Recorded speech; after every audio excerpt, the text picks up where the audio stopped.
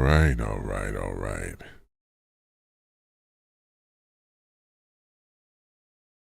All right, all right, all right.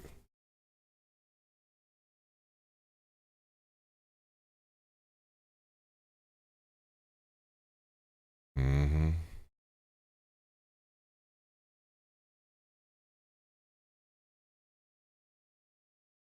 Just waiting a few minutes until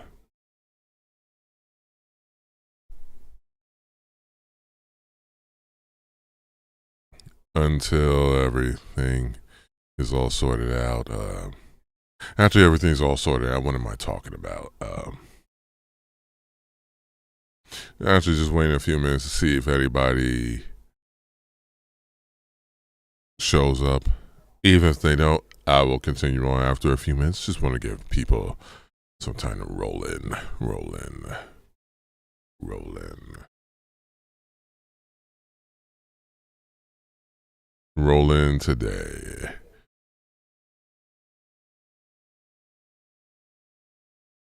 Mm-hmm, mm-hmm.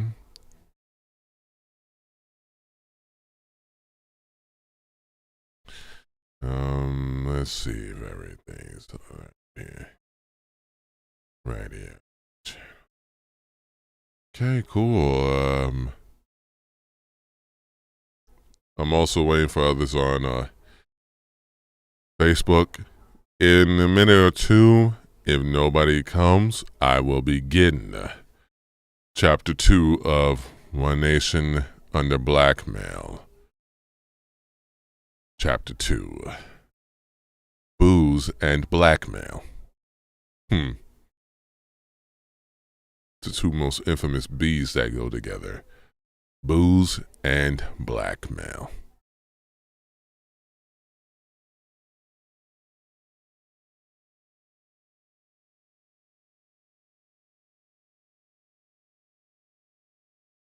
All right.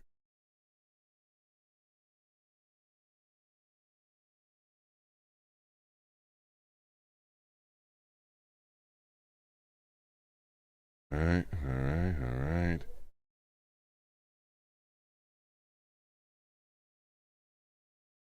All right.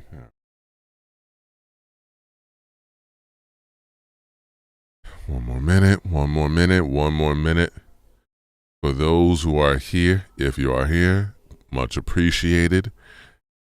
Still, I'm continuing the live read. Paul Greene-Dennis here, aka Deep Green VO. I am doing a live reading of One Nation Under Blackmail, Volume 1. There's actually 2 volumes of this, meaning 2 books, by Whitney, Webb, and and I'm gonna be continuing onward. You know what? Let's continue onward. Continue onward. Figured I'd do it at 4 p.m. today for people to get off work and whatnot. But this is going to be another long chapter, so I won't be doing all of chapter 2. Well, possibly. I could definitely get through halfway of it. But even then, it's important to know. So glad you can join me, and let's get to it. So this is chapter 2 of One Nation Under Blackmail by Whitney Webb. And chapter 2 is the title of Booze and Blackmail. Who'd have thunk? Those two go to hand in hand very well. I mean, hand in hand. Very, very, very, very, very well.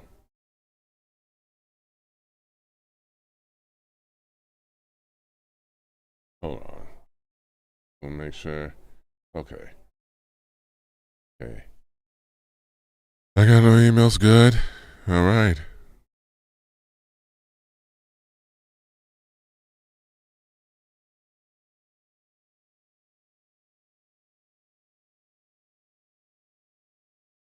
and it's time to get this show on the road. Chapter 2 of One Nation Under Blackmail. Chapter 2 Booze and Blackmail. Let me begin. The first part, the Whiskey Men. Here we go.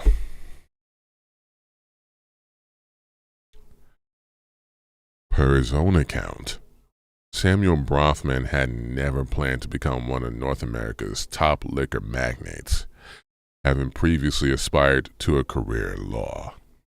Nevertheless, true to his family's last name, which means whiskey man in Yiddish, he and his brothers went on to build a liquor empire that would rocket the Bronfmans into the upper echelons of the Western business elite, though the road they traveled to get there was hardly elegant.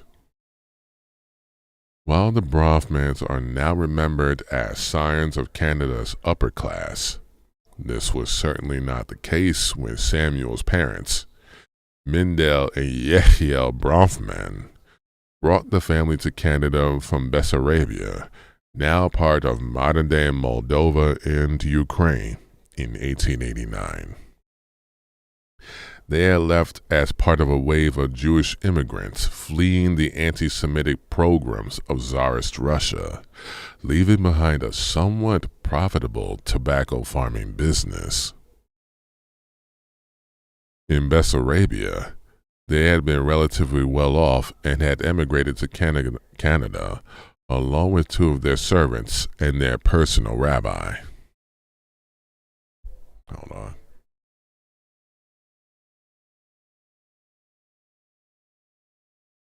However, Canada, particularly Manitoba where the Bronfmans eventually settled, was poorly suited for tobacco farming, forcing Yechiel to labor on Canadian railroads and in sawmills before moving into the sale of firewood and the trading of livestock and fish. It would be their trading of horses that would eventually lead them to begin work in the hospitality sector and, subsequently, the liquor business. The Bronfmans' beginnings, particularly following their arrival in Canada, stand in such stark contrast to their current reputation that even Sam's sons, Edgar and Charles, were kept in the dark by their own father regarding the family business's early days. He would never tell us any of the early history. Edgar Bronfman would later remember of his father. A Bronfman biographer, former senior editor at The Economist, Nicholas Faith, would also write that underlying the family's riches was a deep sense of shame as to their origins, and that Sam's generation had shared an absolute refusal to tell their offspring anything about their life before their arrival in the Promised Land, i.e., Canada. Part of the reason for this secrecy, even within the family and between father and son, was likely related to the personal struggle of many immigrants, some of whom chose to turn their back on their lives prior to immigrating and strive to establish and prove their connections to the new land in which they find themselves. Indeed, Sam Bronfman went to great heights to do just that, publicly claiming for much of his late life that he had been born on March 4th, 1891 in Brandon, Manitoba, Canada, obfuscating both his real date and place of birth, February 27th, 1889, Bessarabia.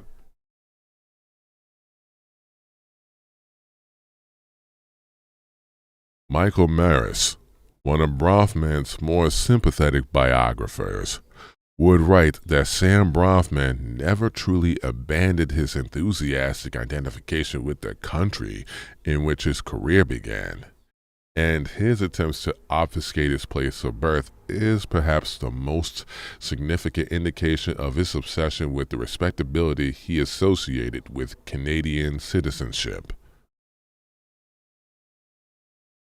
While Sam Bronfman was undoubtedly ill at ease with his status as an immigrant, there is another factor that may explain his unwillingness and that of his 7 siblings to discuss the family's early days, and specifically the chain of events and eventual alliances with unsavory characters that would lead them to the top of Canada's business elite. At some point in the early 1890s, as he sampled spirits in a dingy saloon after selling off some horses, Yechiel Bronfman mulled the merits of leaving behind a life of hard labor in favor of the intertwined businesses of hospitality and liquor sales. Sam Bronfman would later claim that it was actually he who had convinced his father to move into hospitality and bartending, though most biographers doubt this, given Sam's age at the time. Regardless, it would be over a decade before the Bronfman family patriarch and his eldest sons managed to scrape together the funds necessary to realize Yechiel's dreams. The Bronfmans had saved enough money to lease their first Canadian hotel, the Anglo-American Hotel in Emerson, Manitoba, by 1903. Soon they acquired several more hotels in Yorktown, Saskatchewan, and later in Winnipeg and beyond, building a small yet profitable network of hotels prior to the onset of World War I. The dramatic shift in the family's fortune was largely thanks to the business acumen of Sam's brother Harry, who managed to stave off the financial damage and legal trouble caused by the gambling and other unseemly habits of their older brother Abe.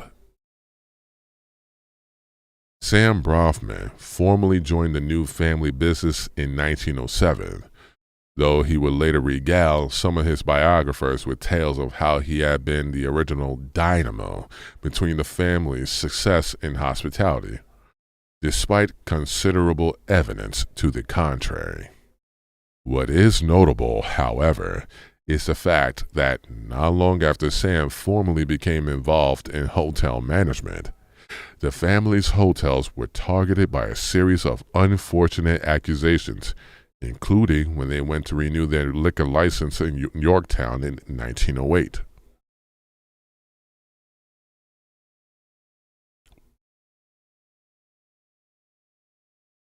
Hold on, sorry.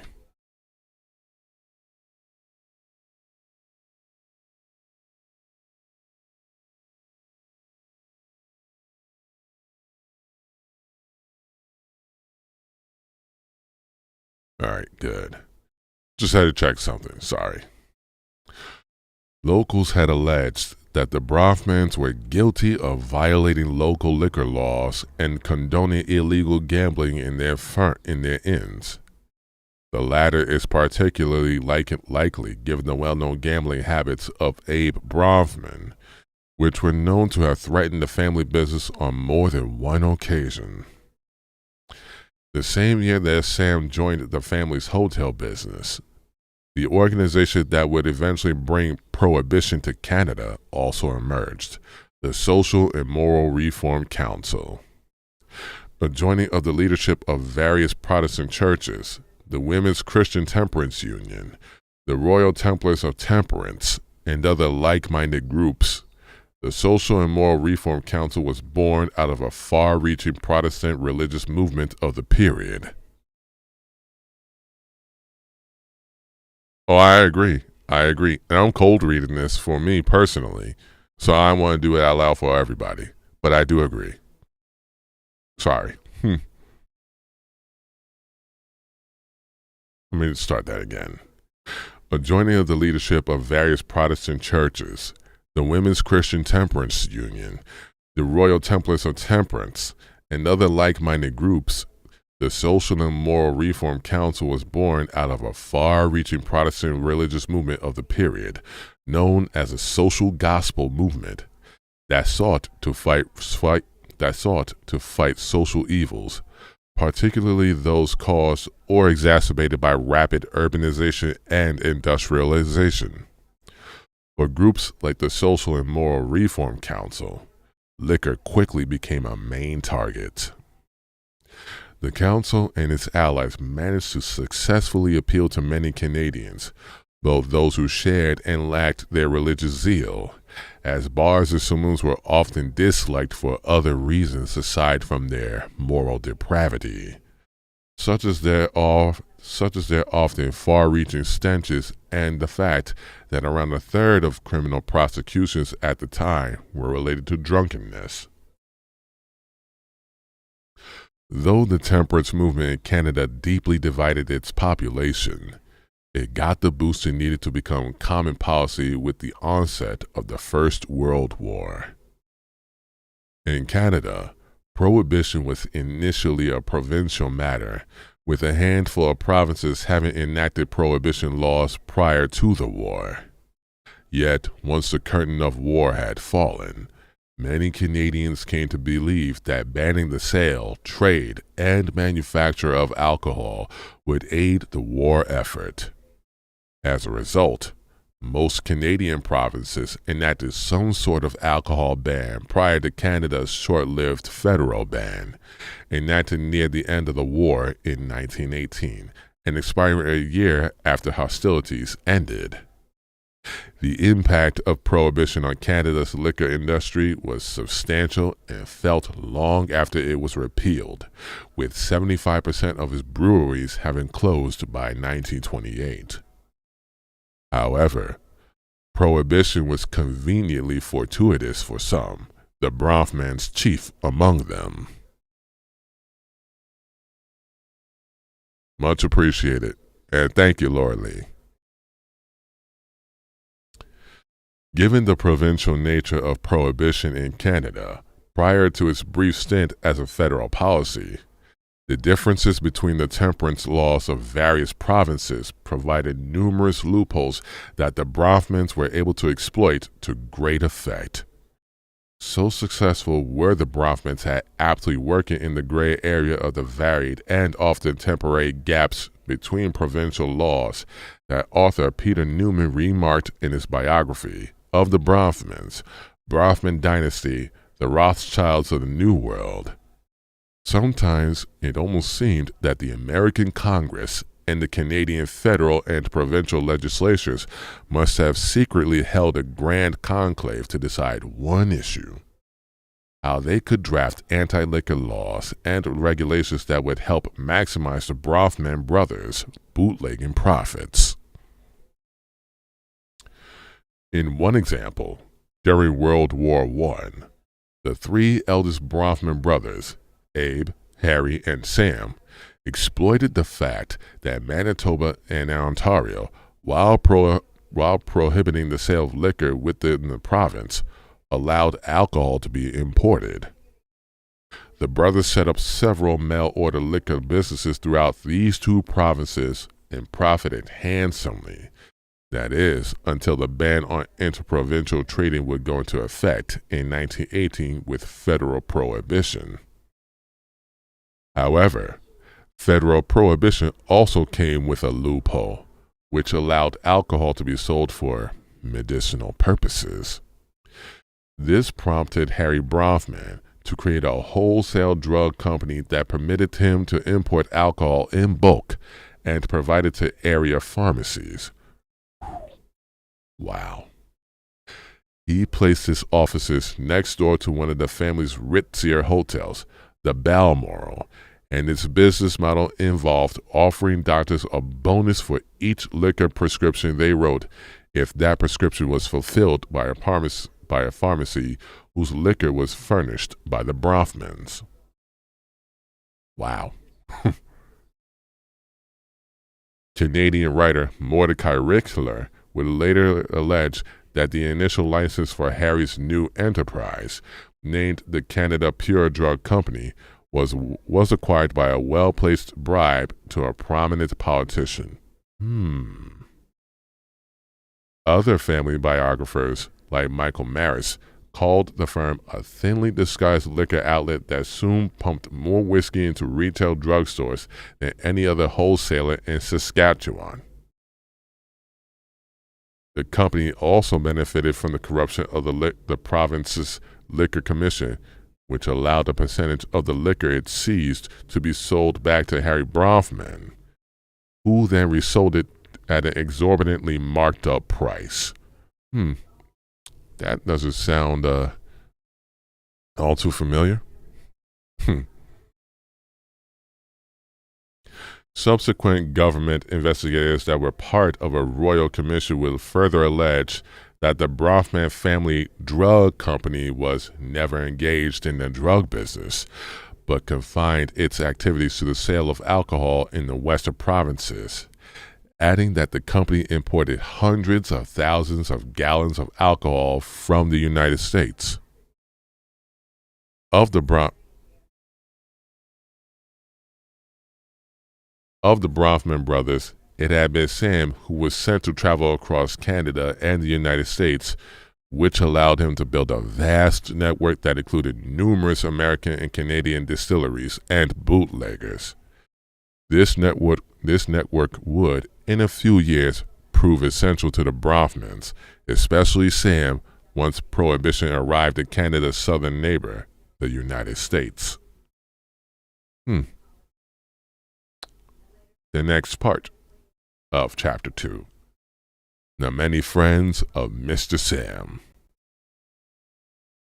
Beyond the complicity of corrupt officials and doctors, a driving force behind the Bronfman family's Prohibition-era successes was their ties, forged by Sam, to the Hudson's Bay Company, long a dominant force in Canada's economy, backed by the political and economic elite of England since its founding in the 1600s. According to Nicholas Faith, Hudson's Bay Company trusted him, Sam, implicitly after he had refused to make any profit on a couple of thousand of cases of Dewar's whiskey that Hudson's Bay wanted to buy back from him. However, in the cutthroat and often extremely violent world of bootlegging in Canada, implicit trust was unlikely to have been granted from just a single act.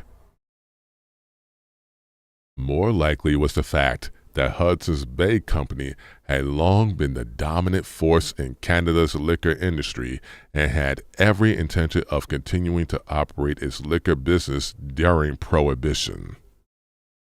The Bronfmans were sure to have caught their attention early on, not just through their mail-order business, but because Harry Bronfman had quickly gained a reputation as the king of bootleggers, who was able to easily skirt the law due to his contacts with corrupt local and provincial officials.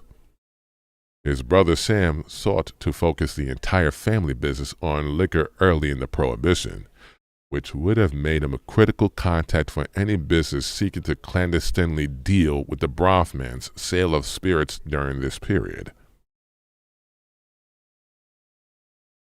The Hudson's Bay Company's import of liquor into Canada by various means during Prohibition greatly aided the business of several distillers in England and Scotland. Many of those British distillers boasted close ties to the royal family and English political elite, like Dewar's. These companies risked losing a considerable amount of income if their ability to export spirits to Canada had been entirely cut off, especially at a time when drinking in England was on the wane. The British government itself was clearly aware of these concerns and made the promotion of exports, liquor in particular, a key policy aimed at offsetting the country's considerable war debts. Direct ties of the company to bootlegging in Canada emerged when British Columbia's Prohibition Commissioner, Walter Findlay, was caught engaging in and profiting from the illegal liquor trade. At his trial, the existence of a liquor delivery service run by the Hudson's Bay Company that sent alcohol to private addresses and spanned the nation was revealed, despite Findley's refusal to testify.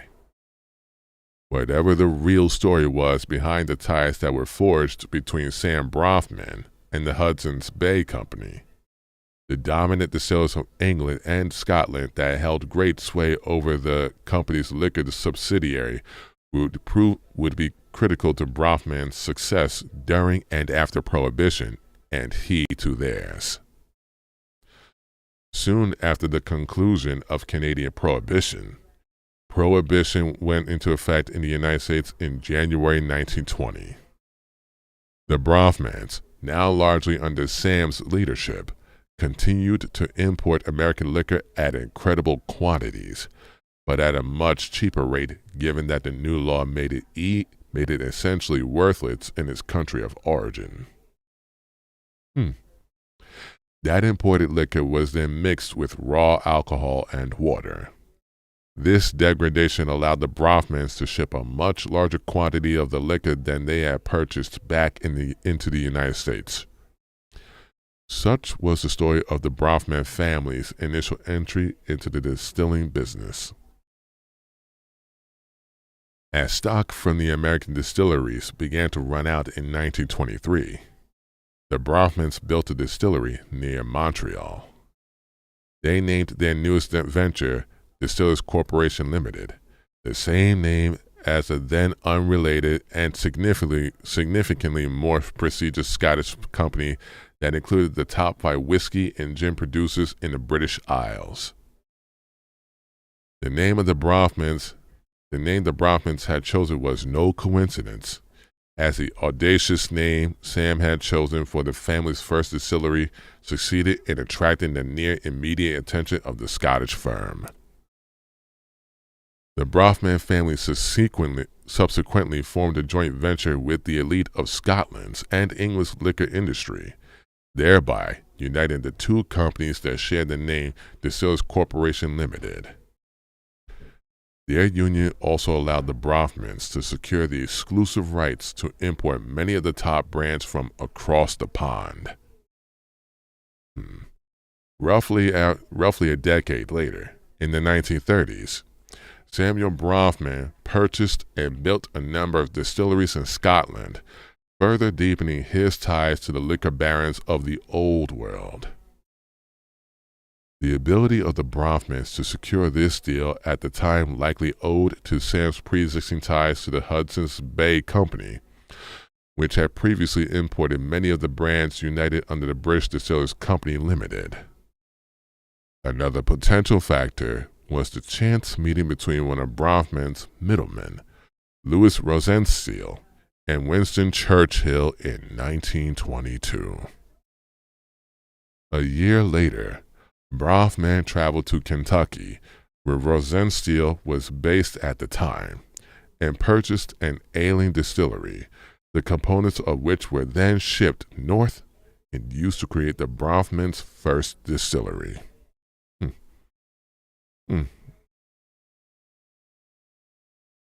Churchill had deep family and personal ties to the Hudson's Bay Company, and from 1919 to 1922, he was in charge of Britain's colonial office.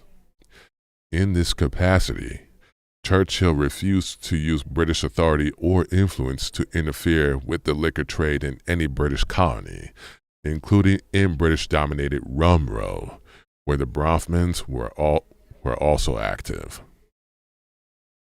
Churchill argued that England was not obligated to enforce the laws of another nation, and would later call Prohibition as a policy an affront to the whole history of mankind. Churchill would later emerge as a key investor in America's post-Prohibition liquor industry, which Bronfman and Rosenstiel would quickly come to dominate. As the Bronfman family's clout in the liquor industry grew after Prohibition, Sam Bronfman would later manage to personally meet Queen Elizabeth II of England, and he would even create a Canadian whiskey, Crown Royal, to specifically commemorate her visit to Canada in 1939. Whoa. Whoa. I think I might need to read that sentence again. I'm sorry. I think I might have to. Whoa. As the Bronfman family's clout in the liquor industry grew after Prohibition, Sam Bronfman would later manage to personally meet Queen Elizabeth II of England, and he would even create a Canadian whiskey, Crown Royal, to specifically commemorate her visit to Canada in 1939. 5 years after creating the successful joint venture with Distillers Company Limited, the Bronfman's Distillers Corporation Limited purchased Joseph E. Seagram's and Sons Limited and their distillery in Waterloo, Ontario. The merged company became Seagram Company Limited, or Seagrams, and would serve as the Bronfman's family financial vehicle, not just for their ever-expanded liquor empire, but the subsequent interests in chemicals, oil, and entertainment.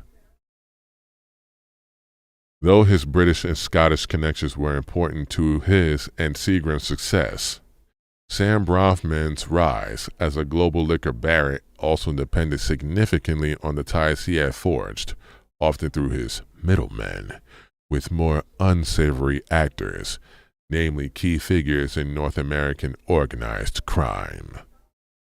Many of them still live on in American urban legend, and were discussed at length in the previous chapter, including Charles Lucky Luciano, Mo Dalitz, Abner Lungi's Willman, Meyer Lansky, and members of Detroit's Purple Gang, among others.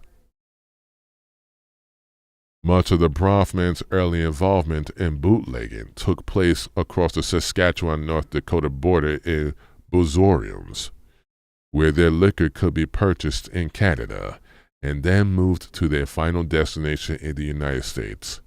Yet, the murder of a Bronfman brother-in-law turned associate, and the promise of more lucrative markets for Bronfman booze soon drew their attention elsewhere. We were late starters in the two most lucrative markets, on the high seas and across the Detroit River. What came out of the border trade in Saskatchewan was insignificant by comparison. Bronfman once told Canadian journalist Terence Robertson, despite being late to the game, "This was when we started to make our real money." Bronfman recounted. The bootlegging operation of the Bronfmans would later extend far beyond the Canadian-U.S. border, with the family establishing warehouses and fronts throughout the Caribbean and Mexico.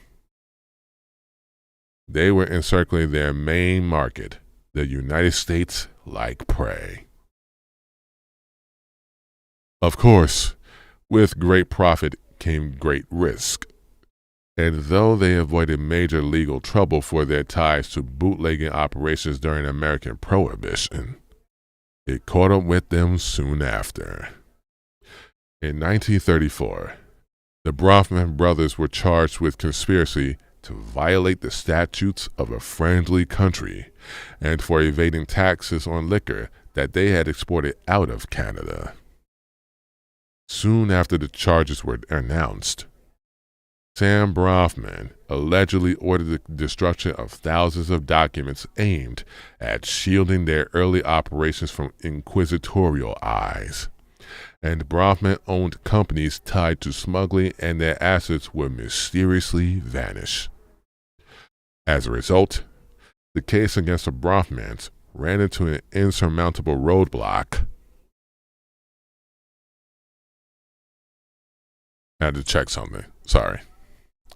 As a result, the case against the Bronfmans ran into an insurmountable roadblock, and the four Bronfman brothers were acquitted on all charges by the summer of 1935. They even managed to settle with U.S. authorities, negotiating a $3 million settlement with the Treasury Department, a mere fraction of what they had gained during American Prohibition. Most of Bronfman's mob associates during American Prohibition were members of, or somehow tied to, the National Crime Syndicate. This syndicate, described in detail in the previous chapter, was subsequently defined by the 1950s Senate investigative body, the Kefauver Committee, as a confederation of organized crime interests then dominated by the Italian-American Mafia and the Jewish-American mob. During the Kefauver Committee's investigation, some of the biggest players in the American Mafia named Bronfman as a central figure in their bootlegging operations. Though Sam was careful to distance himself as much as possible from prominent criminals, he did have a somewhat cozy relationship with Meyer Lansky, with Lansky's wife later recounting how Bronfman had thrown lavish dinner parties for her husband. The relationship appears to have begun in 1923, when Lansky bought Sam prized tickets to the boxing championship between Jack Dempsey and Louis Firpo in New York, likely a gesture aimed at gaining Sam's favor, or perhaps returning one. Subsequently, Lansky would, among other things, offer exclusive protection of Bronfman's booze shipments.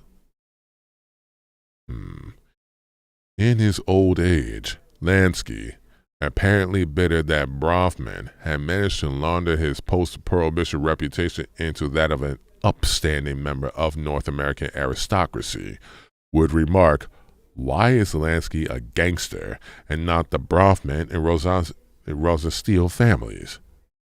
I was involved with all of them in the 1920s, although they do not like to talk about it and change the subject when my name is mentioned.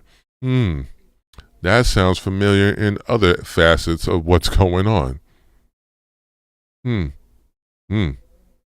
That sounds very familiar. But on with the program.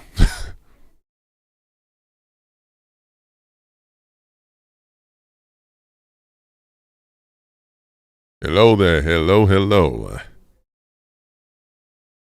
The ties between the Bronfman family business and organized crime may explain why some past efforts to chronicle the rise of the Bronfmans were ill-fated, particularly during Sam Bronfman's lifetime.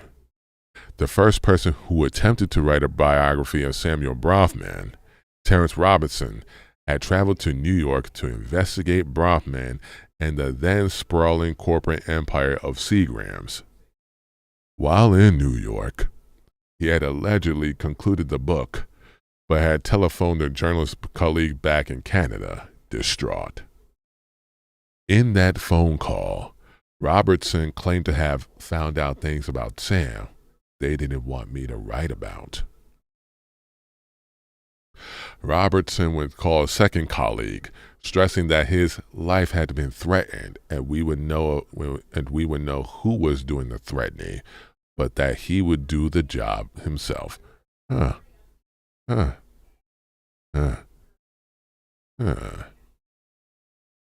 After receiving the frantic call and fearing that Robertson's life was in danger, the second journalist called the New York police, who quickly responded, only to find Robertson dying of barbiturate poisoning, to which he succumbed.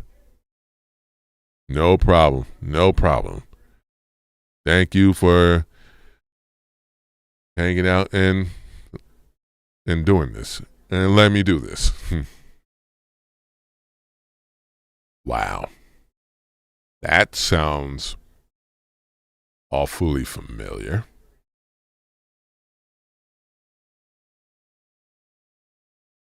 I'm going to read that last sentence again. After receiving the frantic call and fearing that Robertson's life was in danger, the second journalist called the New York police, who quickly responded, only to find Robertson dying of barbiturate poisoning, to which he succumbed. Robertson's lengthy interviews with Bronfman were never published, but still exist in manuscript form. Subsequent attempts to author a biography of Sam Bronfman and his family's rise to prominence also failed to make it to publication, such as the effort made by former editor of the Canadian edition of Time magazine, John Scott, and another made by Canadian journalist Erna Paris. However, some books on the Bronfman family did emerge once Sam had reached old age, such as an account of the family by Peter Newman and a novel by Mordecai Richler believed to have been inspired by the Bronfmans. The Bronfmans apparently did not take kindly to their portrayal by either Newman or Richler, both of whom were Jewish, prompting the family behind Seagram's to allege that both authors were anti-Semitic Jews. The Bronfman clan has always been sensitive to critical reports, given that their long-standing efforts to develop their reputation as elite philanthropists are marred by the evidence of the symbiotic relationship between their family business and organized crime. Well, that's the end of that part. Now we're going to learn about the middlemen, which is the next part. That's crazy, though. The middlemen. Aside from these more personal ties, also crucial to the success of Seagram's and the Bronfman family enterprise during this period were an assortment of middlemen. Two of these men were particularly essential to the Bronfman business: Joseph Reinfeld and the aforementioned Louis Lou Rosenstiel. The two men were of extremely different temperaments, with Reinfeld being described as jovial, avuncular Jewish immigrant from Poland, whereas Rosenstiel was described as loud, opinionated, and domineering. Reinfeld served as a close advisor to Sam Bronfman, as well as an important business associate, as he was the principal purchaser of Seagram's whiskey. It was also Reinfeld who convinced Sam to build up inventory prior to and during Prohibition, which would help Bronfman secure a significant portion of the post-Prohibition liquor market.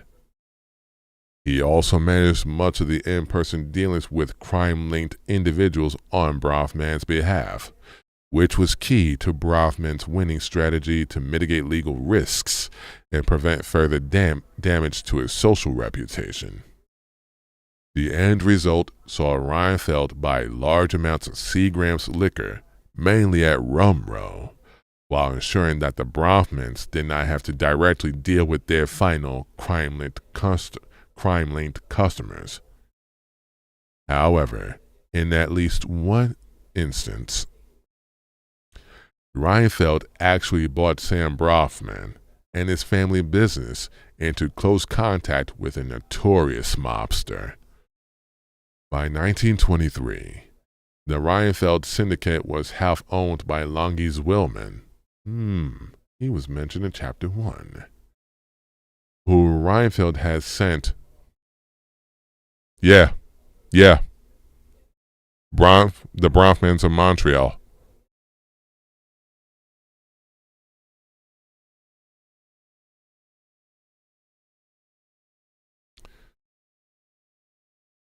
Bye-bye.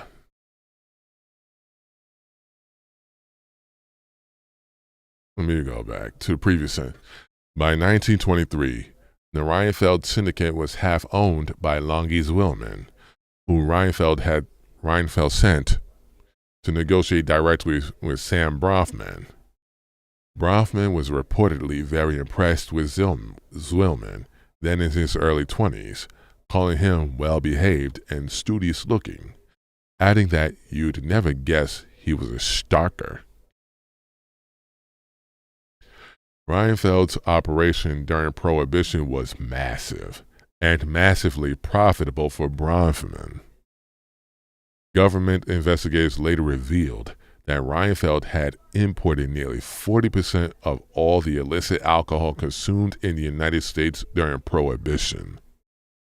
Retired U.S. Treasury agents later testified that the Bronfman family were Reinfeld's main supplier, while also alleging that much of Reinfeld's ill-gotten profits had been laundered in Canada, some of it allegedly laundered with the help of Seagram's employees.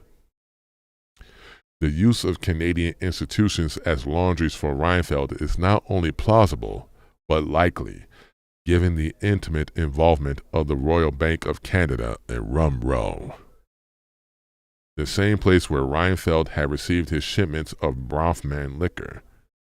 The Bronfmans themselves were known to operate a network of shell companies, some registered to fictitious individuals and linked to a series of both domestic and foreign bank accounts.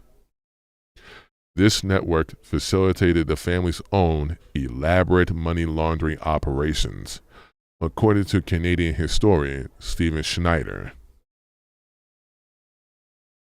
The close association between Bronfman and Reinfeld would later come back to haunt them both, particularly when Reinfeld's longtime bodyguard, James Rutkin, testified in front of the Kefauver Committee in the early 1950s. Rutkin would tell all regarding the early days of the Bronfman family business, including the relationships of Bronfman and Reinfeld with mobsters like Zwilman and Lansky. Some Bronfman family biographers, like Nicholas Faith, have alleged that Rutkin sought to use his testimony in a failed attempt to blackmail the Bronfmans, threatening to reveal more if he was left uncompensated. Among Rutkin's claims regarding the Bronfmans, several pertained to the family's hotel business in Canada that had preceded their liquor empire. Rutkin, describing the Bronfmans as four brothers from Montreal, teased the Kefauver Committee, stating first that if you want to find out more about the Bronfman-owned hotels, you can ask the Canadian Mounted Police, and they will tell you about the little hotels, and you can use your imagination. He later added that these hotels serviced people who slept very fast, and that the same room would be rented quite a few times during the night, implying that the hotels were in fact brothels. Several Bronfman family biographers also mentioned these accusations, which had dogged the family since their earliest days in the hotel business. Some believe that Sam Bronfman tactfully confirmed that this was the case many years after Rutkin first made these claims, when he remarked, "If they were brothels, they were the best in the West." Wow. Let me get a drink, a little water.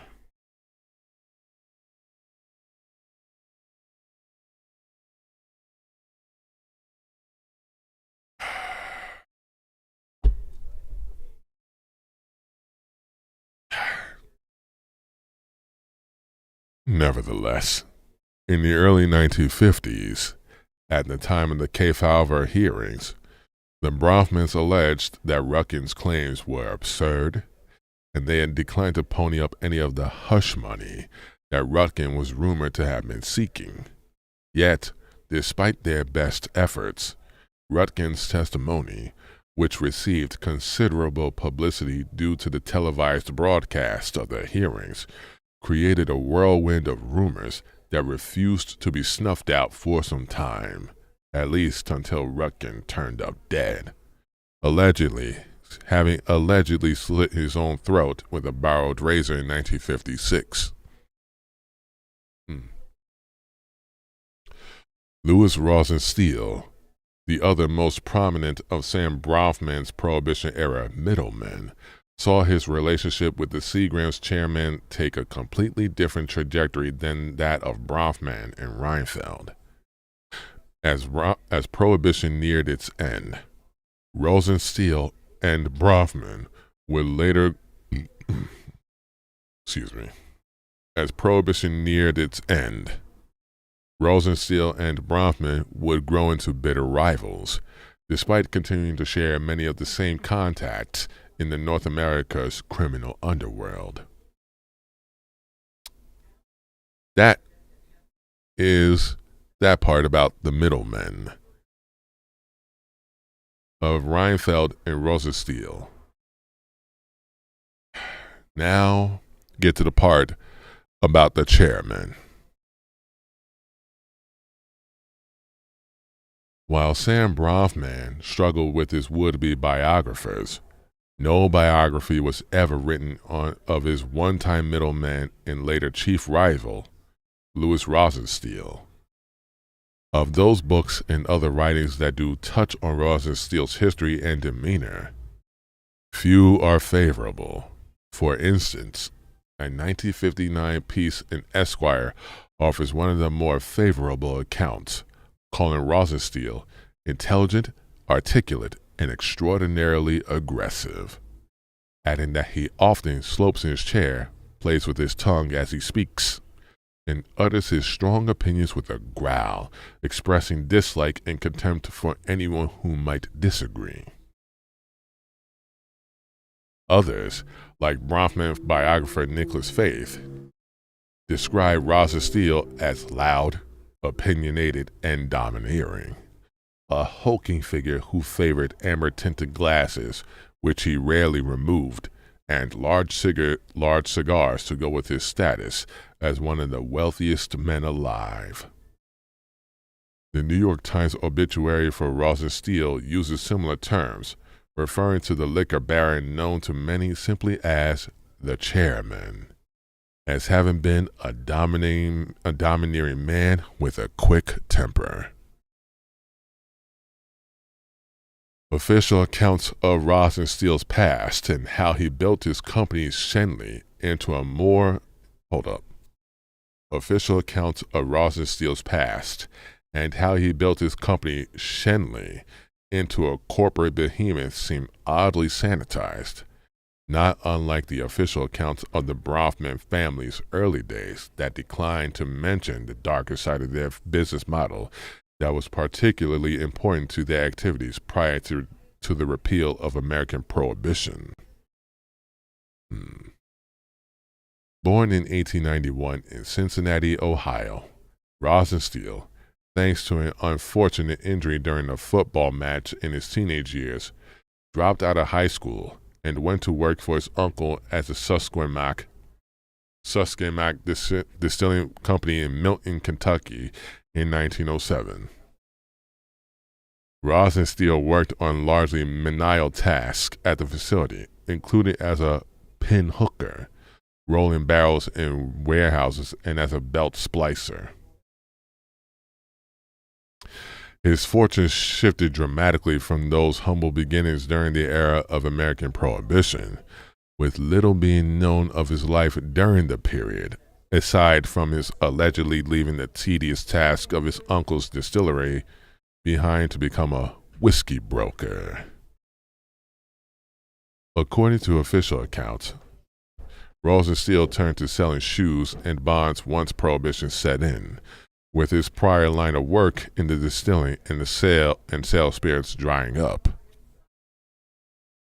Yet somehow, the young Rosenstiel accumulated enough money to afford a vacation to the French Riviera in 1922. It was during that vacation that he would be lucky enough to score a chance meeting with Winston Churchill, who advised him to prepare for the return of liquor sales in the United States, per the New York Times. There is little, if any, context given in official accounts as to how or why a high school dropout turned distillery worker and shoe salesman would have attracted the attention of a notorious elitist and member of the British aristocracy like Churchill.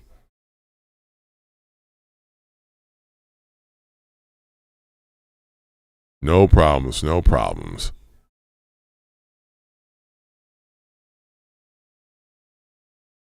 As the story goes on, Rosenstiel spent the next 10 years of his life dutifully following Churchill's advice.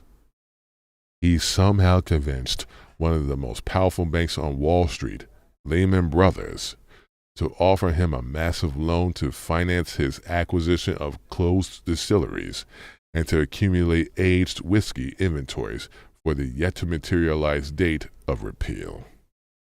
Wow.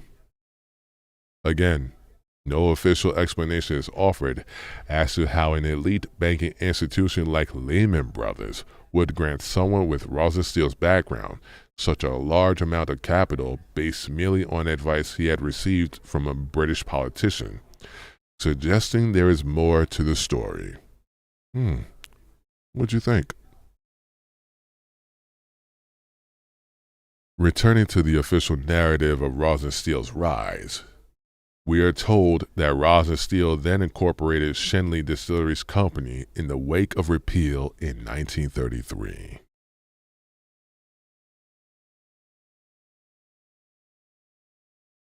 Not there. Yeah, you could say that.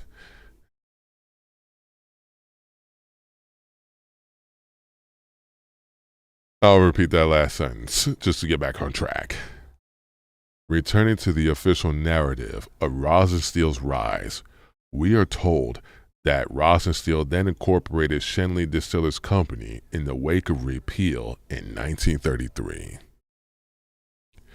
He was conveniently well placed to become the most powerful figure in the distilled spirits business, all thanks to having heeded Churchill's advice and thanks to a remarkable patience that he was never known to have possessed during any other point in his life. Indeed, per these same official sources, impatience, rather than patience, was one of Rosenstiel's most well-known traits, with his characterization by media as a domineering man with a quick temper being one of many examples. Of course, as should be clear to the reader, this narrative conveniently obfuscates any hint of illegality in Rosenstiel's Prohibition-era dealings, and fails to mention Rosenstiel's documented ties to organized crime figures, or his role as a prominent purchaser of Bronfman liquor alongside Joseph Reinfeld and other Seagram's middlemen.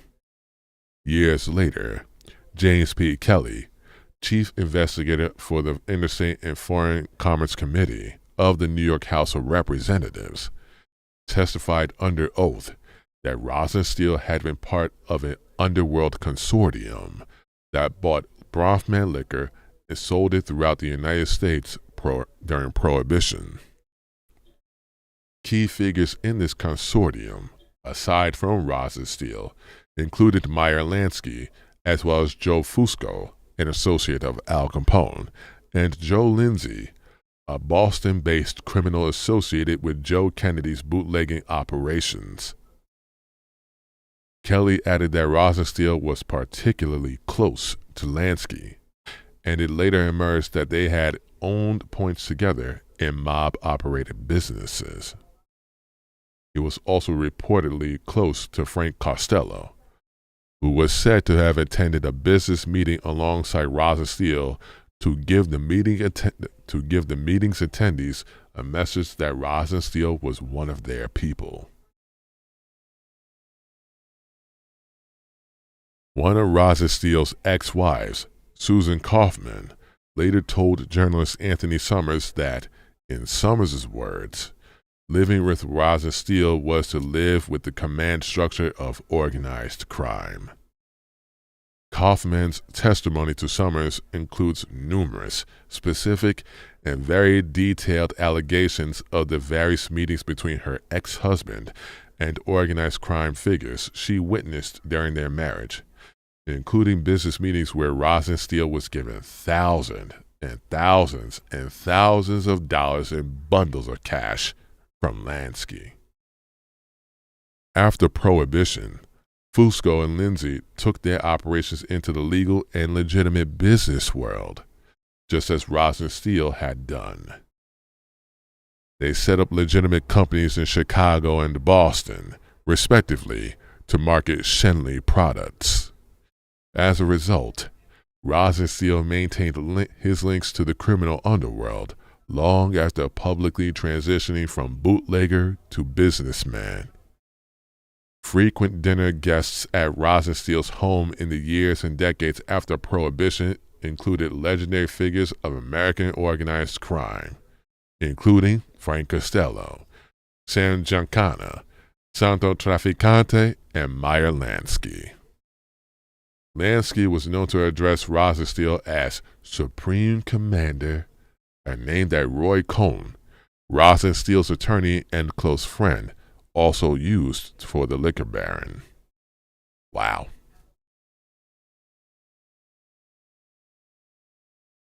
Rosenstiel's transition from bootlegger to businessman very neatly included a direct partnership with Sam Bronfman.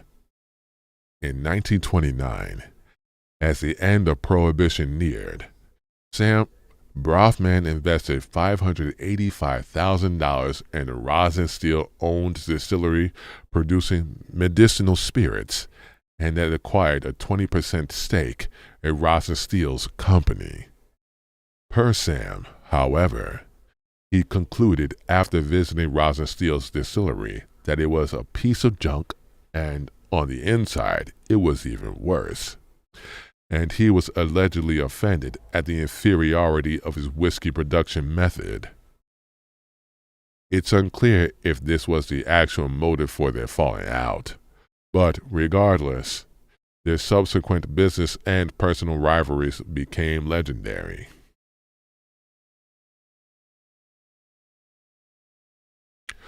According to Nicholas Faith's account of Bronfman's life, the falling out with Rosenstiel, whatever the cause, took a tremendous emotional toll on the two men before it descended into a decades-long acrimonious spat.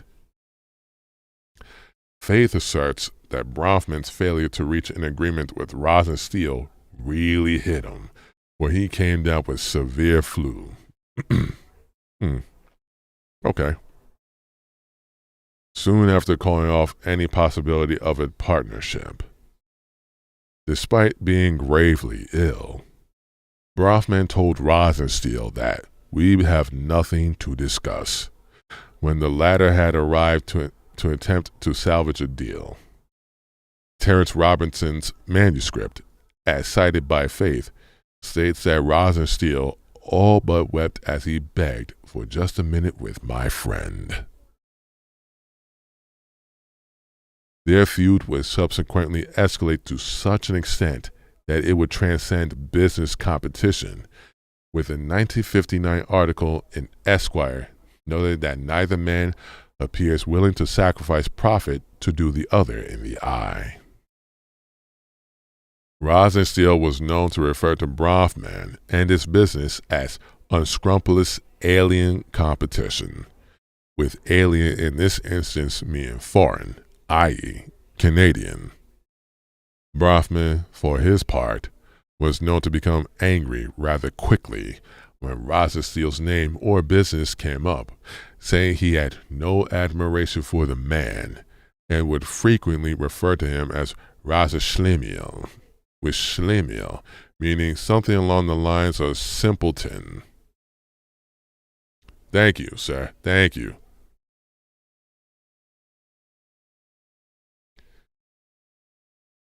Let me go back.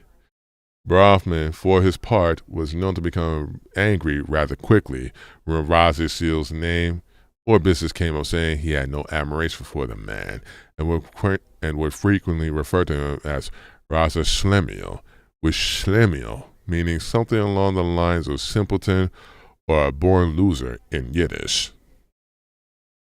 It was also alleged that Bronfman's lavish Seagram building in New York City had been planned to make Rosenstiel's 1930s-style offices in the Empire State Building look just a little shabby in their luxury.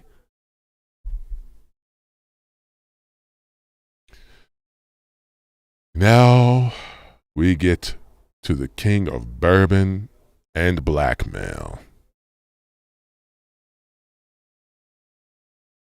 Though both men had legendary tempers and a legendary feud to match, Bronfman and Rosenstiel had major differences in character, particularly in how they managed their respective businesses and in their personal lives.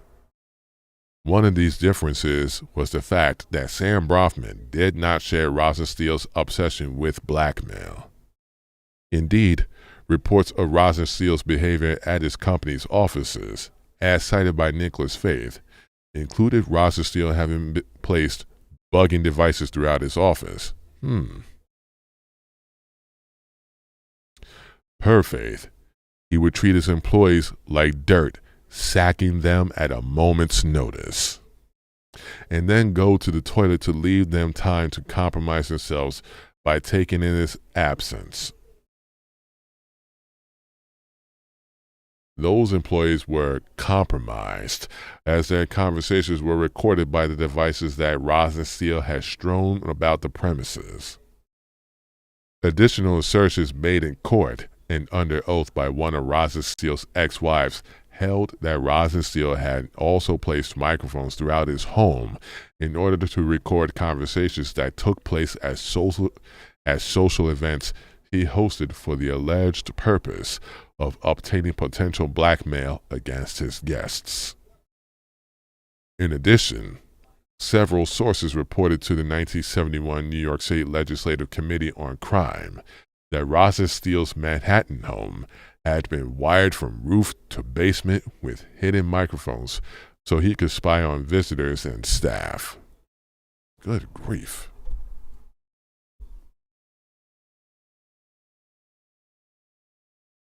Good grief. Good grief.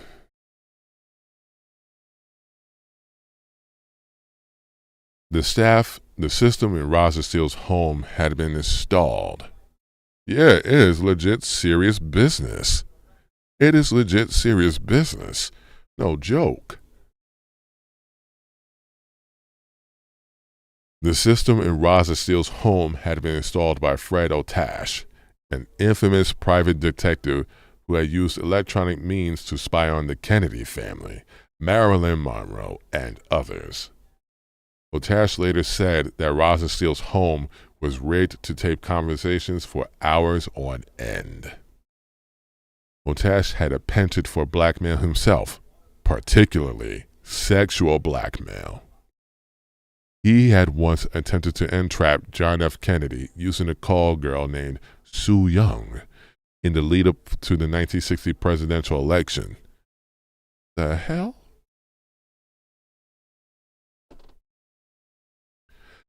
As we'll see shortly, Rosenstiel was also involved in a broader effort to obtain this variety of blackmail, which may explain why he had sought out the California-based Otash to bug his New York home. Some of the sources that discuss Rosenstiel's interest in blackmail also claim that Rosenstiel was bisexual. According to Nicholas Faith, discussions about Rosenstiel's bisexuality among Schenley office employees were frequent enough for Rosenstiel to be referred to as Rosie around the office. Additional evidence for these claims later came from Rosenstiel's fourth wife, Susan Kaufman. Per Kaufman, whose previous marriage had collapsed because her first husband had been homosexual, she soon discovered that she had made a similar mistake in marrying Rosenstiel.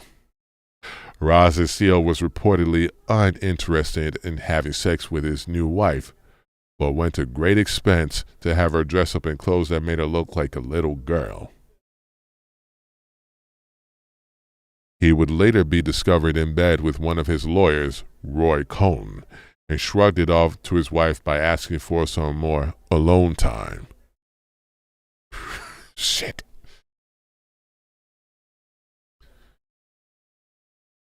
Kaufman remembered responding, "I've never seen Governor Thomas Dewey in bed with you," as Dewey was also one of his attorneys at the time, and she walked out.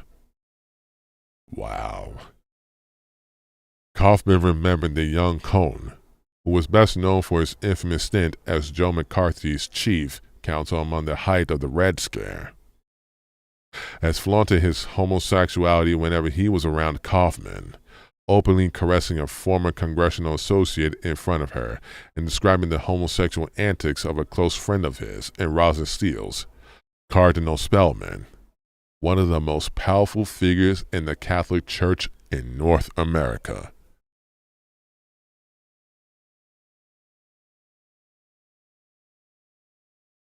Wow.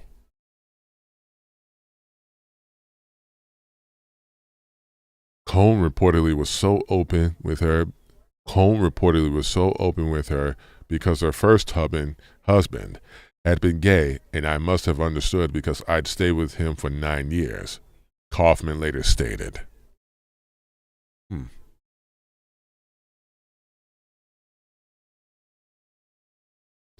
1958, Kaufman accompanied her husband, Louis Rosenstiel, to a party hosted by Cohn at the Plaza Hotel in New York.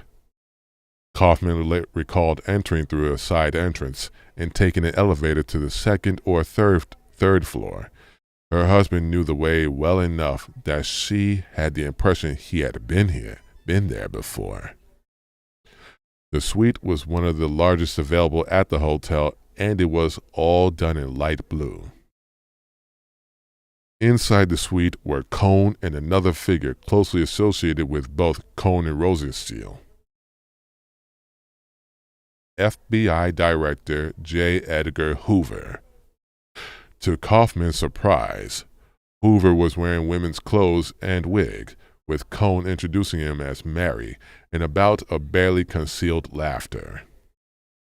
Mary was also incidentally the name widely used among New York Catholic clergy for Cardinal Spellman, who was also alleged to attend other parties hosted by Cohn in the Plaza's Blue Suite.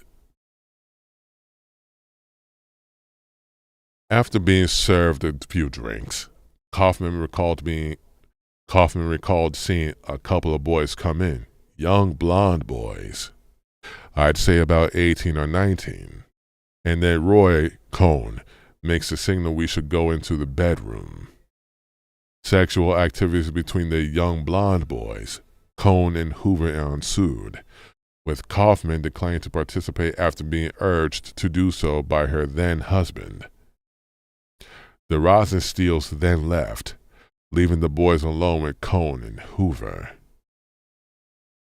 Cohn later laughed about the incident to Kaufman, saying that Mary Hoover attends his parties regularly and that he would make sure to arrive at the plaza first with his clothes, the female clothes allegedly used by Hoover at the parties, in a suitcase. Okay.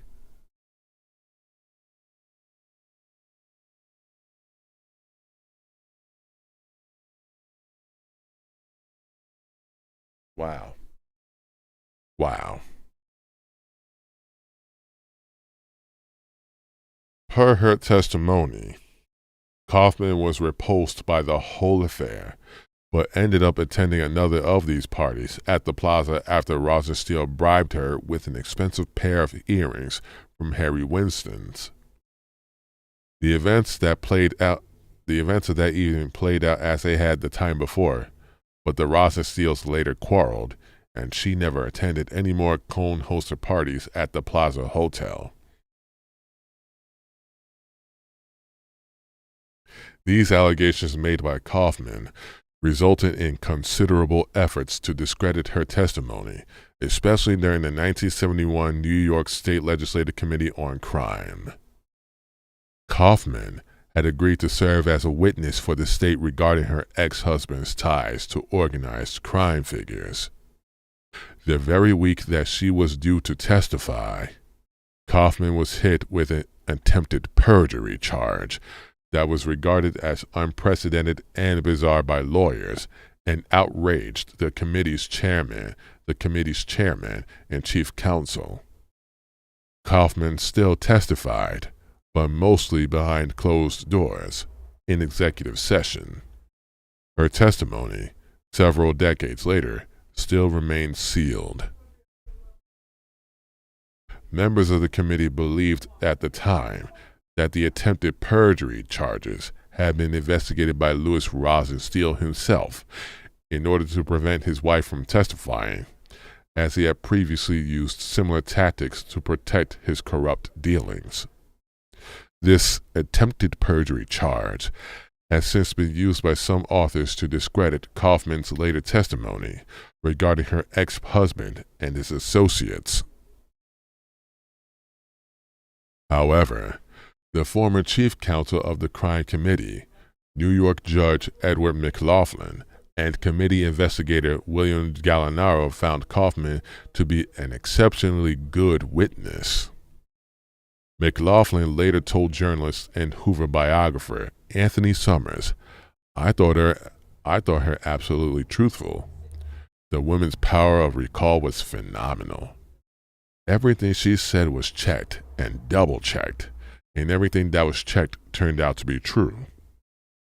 Additional evidence corroborating Kaufman as a witness came from two male witnesses who supported the astonishing allegations of Hoover's habit of cross-dressing, with those witnesses having learned of the former FBI director's habit at a different time and place than the events described by Kaufman. They also had no knowledge of Hoover and the Blue Suite parties in New York. In addition, Kaufman told Anthony Summers that she possessed photographs showing Hoover in the company of Louis Rosenstiel's organized crime associates. Though Summers did not see these pictures personally, they were confirmed as authentic and had been seen by journalist Mary Nichols of the Philadelphia Inquirer. Nichols told Summers she did have suitcases of photographs that she had hauled away from her marriage to Louis Rosenstiel. The ones I saw showed Hoover, lawyer Roy Cohn, and Rosenstiel at all sorts of social events with mobsters. There is also evidence that not only did these parties at the Plaza Hotel take place, but that they were used to obtain sexual blackmail, with Kaufman asserting that her husband possessed pictures of Hoover wearing women's clothes and that those images had been passed to Rosenstiel's associate, mobster Meyer Lansky. Journalist and author Anthony Summers has noted that, given Rosenstiel's interest and ability to have his residencies and businesses bugged, Rosenstiel was quite capable of having the sex sessions at the plaza bugged or arranging for Edgar to be photographed in his female costumes.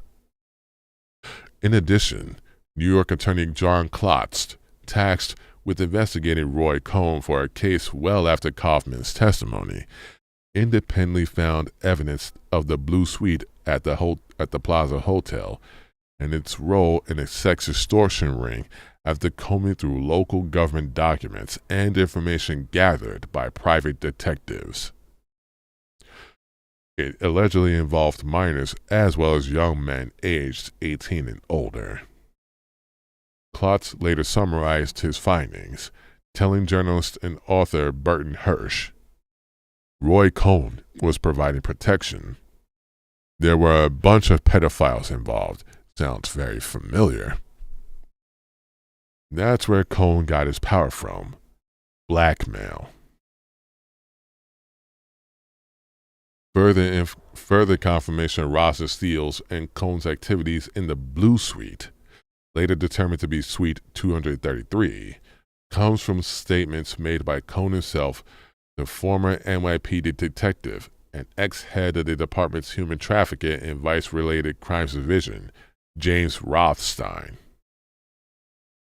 Rothstein later told John DeCamp, a former Nebraska state senator who investigated the Franklin scandal of the 1980s, that Cohn had admitted to being part of a sexual blackmail operation targeting politicians with minors during a sit-down interview with the former detective.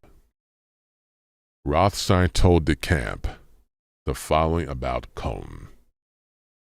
Cohn's job was to run the little boys. Say you had an admiral, a general, congressman who did not want to go along with the program. Cohn's job was to set them up, then they would go along. Cohn told me that himself.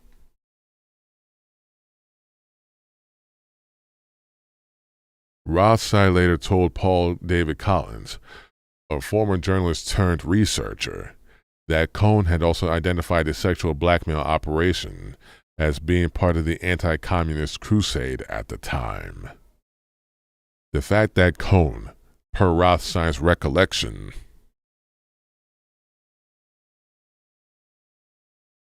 yeah, he is.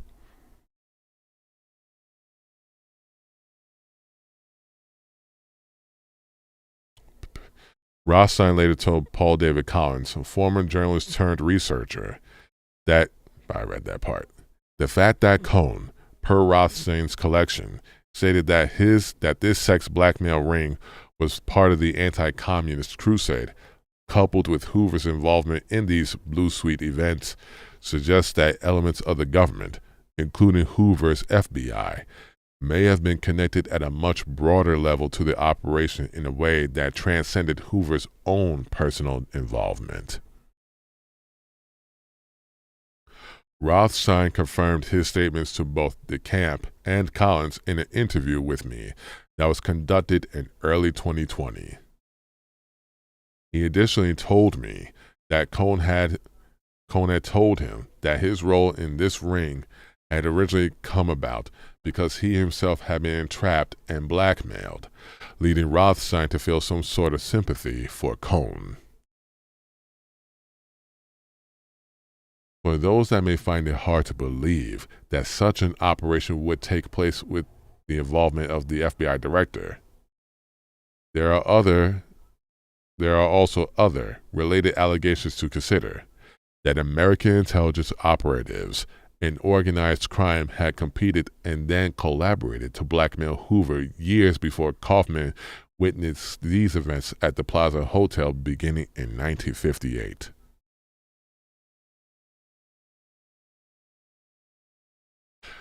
Lansky was credited with obtaining compromising photos of FBI Director J. Edgar Hoover sometime in the 1940s, which showed Hoover in some kind of gay situation, according to former Lansky associate, who also said that Lansky had often said of Hoover, "I fixed that son of a bitch." Meyer Lansky's widow also later claimed that her husband had acquired hard proof of Hoover's homosexuality and used it to neutralize the FBI as a threat to his own operations. Shit. The photos showed Hoover engaged in sexual activity, specifically oral sex, with his longtime friend, FBI Deputy Director Clyde Tolson. There is considerable, separate evidence from the period that the close professional relationship between Hoover and Tolson was also intimate, and that this was an open secret in Washington. At some point, these photos fell into the hands of CIA counterintelligence chief James J. Angleton, who later showed the photos to other CIA officials, including John Weitz and Gordon Novel. Both Weitz and Novel later stated that the pictures they had seen showed Hoover engaged in oral sex on a man who Angleton identified as Tolson. However, only Hoover's face was recognizable in the photographs. Angleton also claimed that the photos had been taken in 1946. Jesus Christ. Angleton was in charge of the CIA's relationship with the FBI as well as Israeli intelligence until he left the agency in 1972.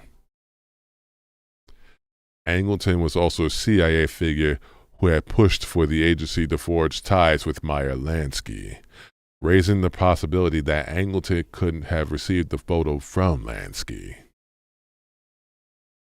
However, Anthony Summers, in Official and Confidential, The Secret Life of J. Edgar Hoover, has argued that it was not Lansky, but William Donovan, the director of the OSS, who obtained the original photos of Hoover, and either he or another person at the OSS or early CIA had later shared them with Lansky. Summers also states that to gangster Frank Costello and Lansky, the ability to corrupt politicians, policemen, and judges was fundamental to mafia operations. The way they found to deal with Hoover, according to several mob sources, involved his homosexuality. With the mobster associates of Rosenstiel being under significantly more pressure during the 1950s, in large part thanks to the Kefauver Committee, it's possible that Hoover's appearances at the Plaza Hotel may have served as additional insurance for these interests. It is.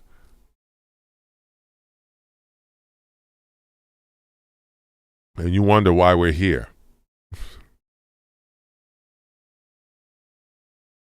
Hoover, for his part, was likely already used to the realities of being blackmailed by this point, given that his private sex life had been known to the mob and U.S. intelligence community for years.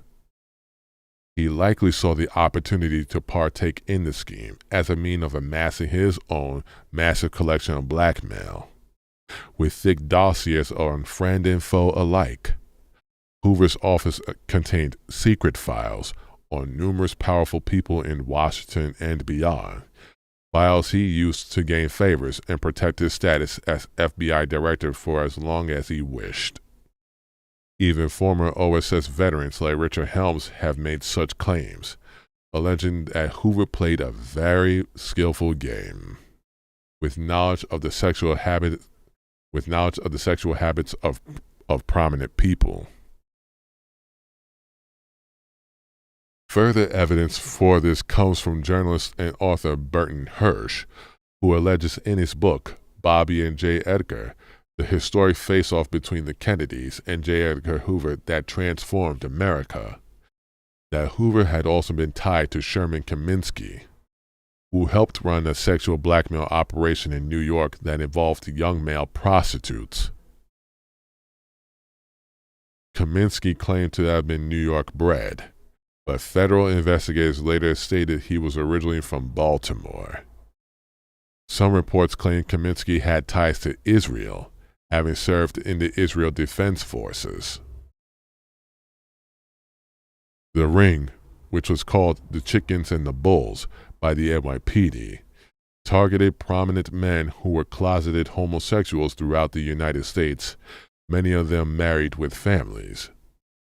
Among those who had been blackmailed were a Navy admiral, 2 U.S. generals, a U.S. congressman, a prominent surgeon, an Ivy League professor, and well-known actors and television personalities.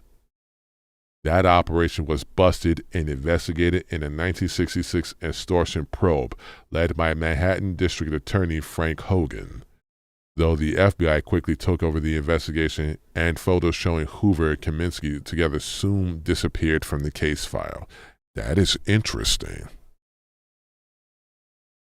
That is real interesting.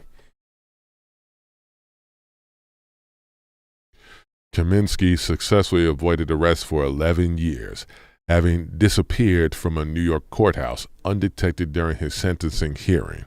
Right. Why would Hoover have been involved with the activities of Kaminsky? There are only a few possibilities.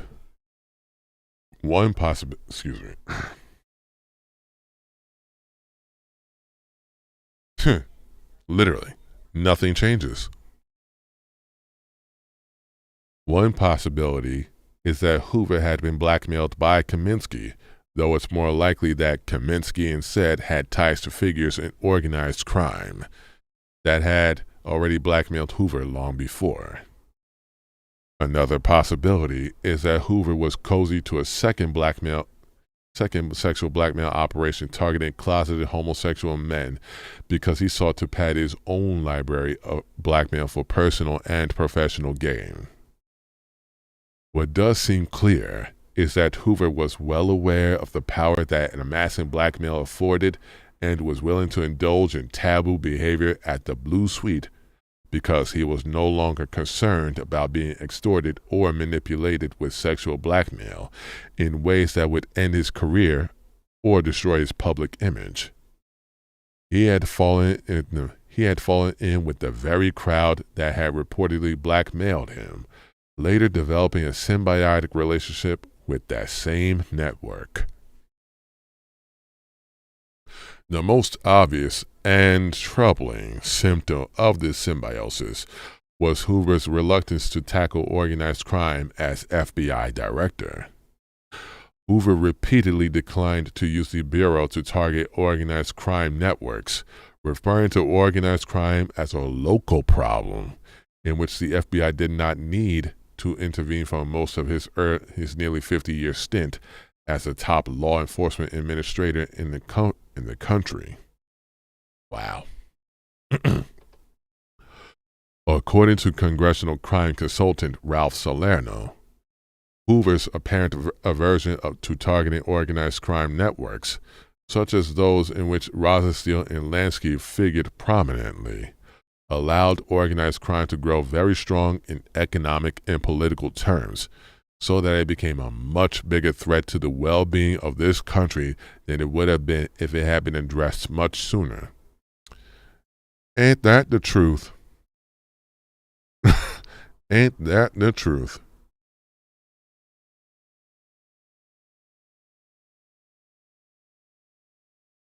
Final part of Chapter 2.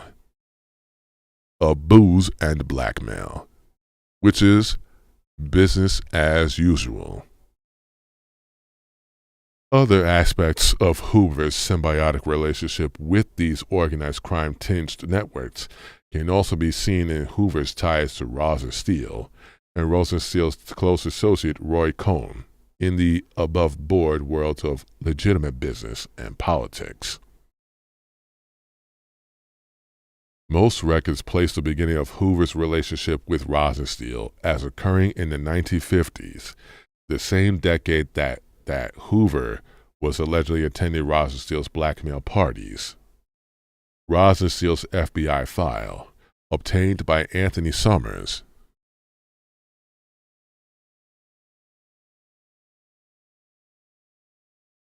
I agree. Most of these records place the beginning of Hoover's relationship with Rosenstiel as occurring in the 1950s, the same decade that Hoover was allegedly attending Rosenstiel's blackmail parties. Rosenstiel's FBI file, obtained by Anthony Summers, cites the first Rosenstiel meeting as taking place in 1956. After requesting that meeting, Rosenstiel was granted a personal face-to-face meeting with the director in a matter of hours, a rare feat.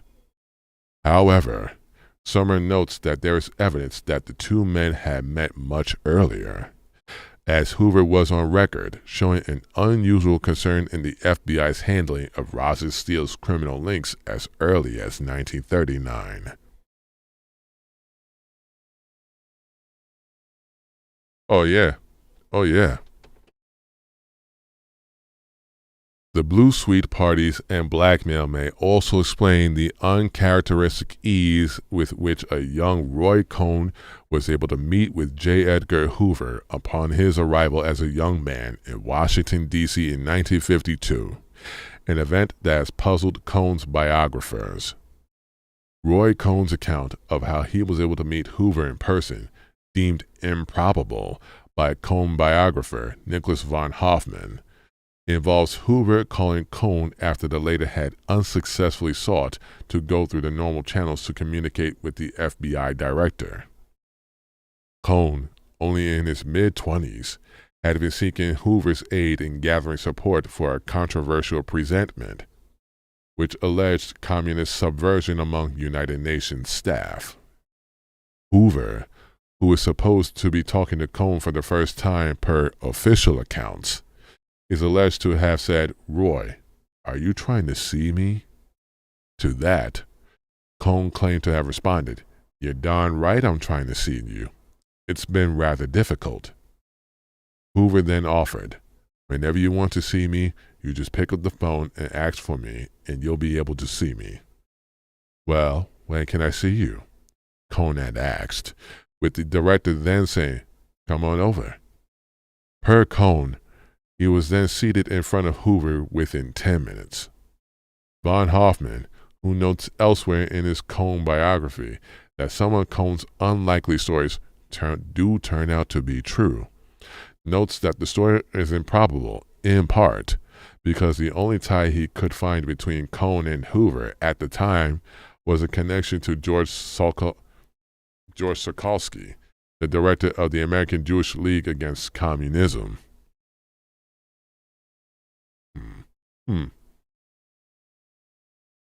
Also unlikely, per Von Hoffman, was Hoover's alleged urging to Roy that, "When you want to see me, call me directly. Don't go through channels. The Justice Department is monitoring your calls at your own office across the way." Von Hoffman states that this degree of frankness with a junior whom he had only recently met is at odds with Hoover's reputation as one of the most adept of mountain goats in negotiating the trails and passes of the federal bureaucracy. Von Hoffman asks, would merely sharing a political outlook on the dangers of communism be enough to seduce Hoover, who was never indiscreet, into such indiscretions as advising Roy, all else failing, to threaten to quit and back it up by calling a press conference if there were no other way to shake up the presentment loose? Von Hoffman concludes that Cohn's story was inaccurate, though he notes that Roy's account of what Hoover told him is a story that somebody with a dangerous secret to hide might tell. However, in the context of the Blue Suite parties at the Plaza Hotel, it is certainly possible that both Cohn's account of his first official meeting with Hoover and his harboring of a dangerous secret are both true. This is supported from press reports of the same period that claim that, soon after Cohn caught Hoover's eye in Washington, D.C., Hoover showered Cohn with compliments and notes and photographs. Author Burton Hirsch similarly asserts that, soon after meeting, Hoover and Cohn traded favors, effusive compliments, gifts, and elaborate private dinners. It quickly became Roy and Edgar. The official story also holds that the only bond initially shared between Rosenstiel and Cohn, as it is alleged with Hoover and Cohn, was a shared commitment to anti-communism, which has similarly left biographers and observers of their relationship puzzled by improbable anecdotes similar to that described above. Yet, in an era where the Red Scare raged alongside the so-called Lavender Scare, which targeted homosexuals with the same fervor as the Red Scare targeted communists, the bonds forged between the group of men who shared their forbidden passions in the milieu of secretive orgies, blackmail, and organized crime would have fostered a much stronger sense of camaraderie. The surprising closeness shared among Rosenstiel, Cohn, and Hoover can be seen in other arrangements. For instance, soon after meeting Hoover officially for the first time in 1956, Hoover sent Rosenstiel flowers when the latter fell ill. A year later, Rosenstiel was heard telling Hoover, "Your wish is my command," during a meeting. That same year, Louis B. Nichols, Hoover's number 2 at the Bureau for decades, was hired to become executive vice president of Rosenstiel's Empire of Shenley. Around this time, it was reported that Rosenstiel had bought large quantities of books about Hoover and distributed them as gifts. In addition, Rosenstiel had also bought no less than 25,000 copies of Masters of Deceit, a book written by Hoover about how to fight communism in the United States, which he sent to schools around the country. A few years later, in 1965, Nichols incorporated the J. Edgar Hoover Foundation. Rosenstiel was the principal contributor, giving the foundation 1,000 shares of the Schenley stock. Nichols also gave to a smaller, yet unknown amount of Schenley shares to the foundation, while the American Jewish League Against Communism, of which Roy Cohn was now president, gave $500 to help start the foundation. A year later, the Dorothy H. and Louis Rosenstiel Foundation gave $50,000 to the foundation. In 1968, the Rosenstiel Foundation gave an additional $1 million to the foundation that was made in the form of bonds of the Greene-Dennis Corporation, which took over Schenley Industries that same year. No problem, no problem. Glad you're enjoying this. And so am I, as education, real history.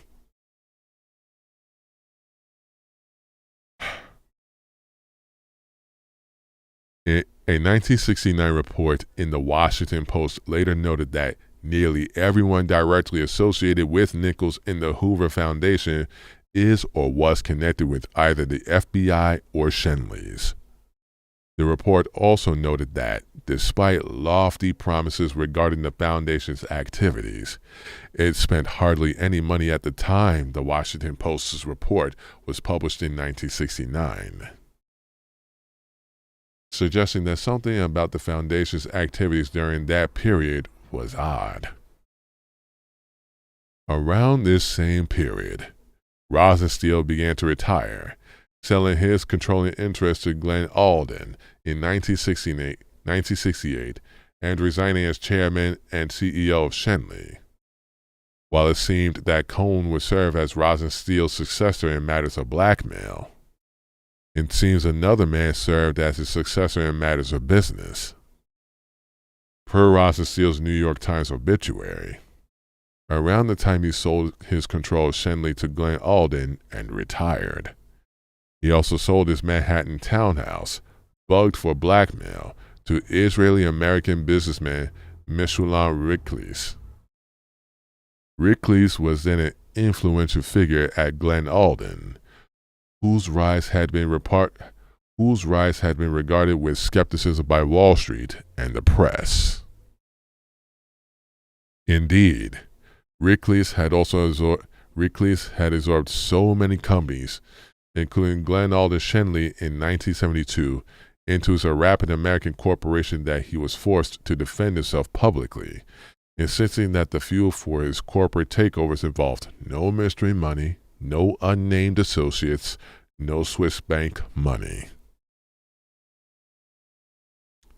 And that, ladies and gentlemen, is the end of Chapter 2 of One Nation Under Blackmail. Booze and blackmail. Wow. Wow. Wow, yeah. Woo. And also in this book, at the end of each chapter, it does have endnotes to links, or just endnotes linking that where all this information was found, which is not like, oh my God, she found this from articles. Thank you. It lists where this information came from. Much appreciated from London. Much appreciated. I'll definitely be doing another live reading starting next Monday. So I'll have that up and running for next Monday around this time. For those who are here for the live reading, thank you so much, and catch you on the next one. wherever you may be, and stay cool. With that being said, have a good rest of your day.